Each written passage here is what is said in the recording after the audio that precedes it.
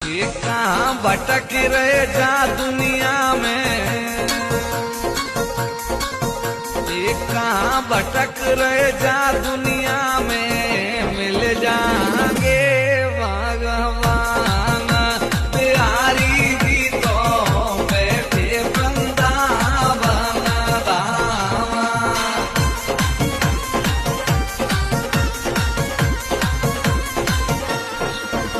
होते परिक्रमा गोवर्धन की बिगड़े बनी जाएंगे काम, बिहारी जी तो बैठे वृंदावन धाम, बिहारी जी तो बैठे वृंदावन धाम।